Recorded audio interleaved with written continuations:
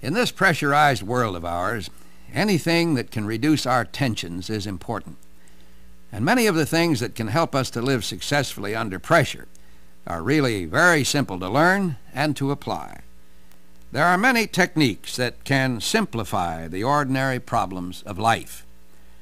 I'd like to tell you about a technique used by a man I met casually on a railroad train. He was a distinguished-looking gentleman headed for a business convention in the South. He settled down in his roomette across from me and began pulling papers from his briefcase. He'd brought his office with him, and he was going right to work.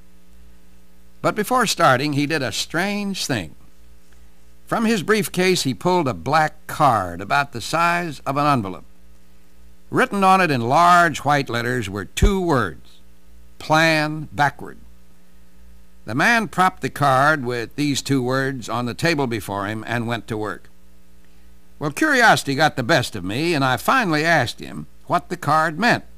I leaned across the aisle and said, "Pardon me, can I ask you a question?" He smiled and said he didn't mind at all. "Well," I said, "I've seen a lot of signs saying plan ahead, but that's the first one I've ever seen that says plan backward." He laughed. "All it is," he explained, "is a reminder to myself that I've got to organize my time. You see," he said, "planning backward contains the idea of a specific goal.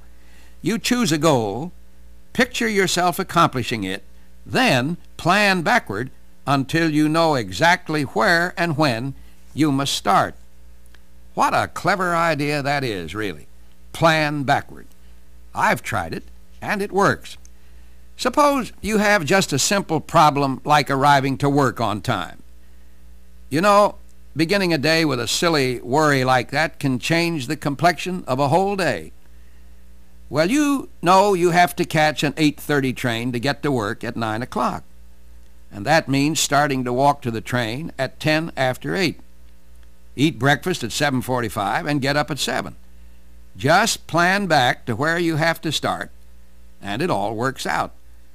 Now, that's a very simple application, but just think what it can do to more major problems. I believe every program has an ideal time value. To allow less time produces tension.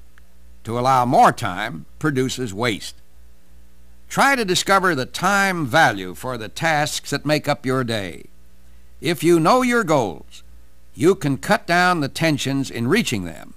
If you learn the lesson that man on the railway train taught me, plan backward.